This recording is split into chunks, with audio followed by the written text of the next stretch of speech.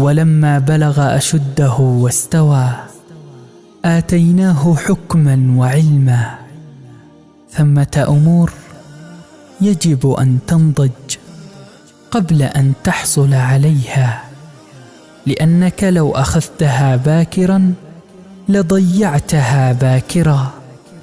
إن الذي نصر المسلمين في بدر كان قادرا على أن ينصرهم في مكة وهم مستضعفون، ولكنه أخر النصر ليربيهم أولا لينضجوا ويعرفوا أن الرسالة التي يحملونها أكبر بكثير من قريش.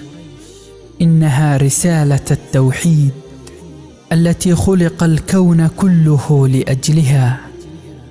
يا عزيزي، لو كسرنا البيضة قبل نمو الفرخ فيها لمات، ولو حصدنا القمح باكرا لما صار خبزا.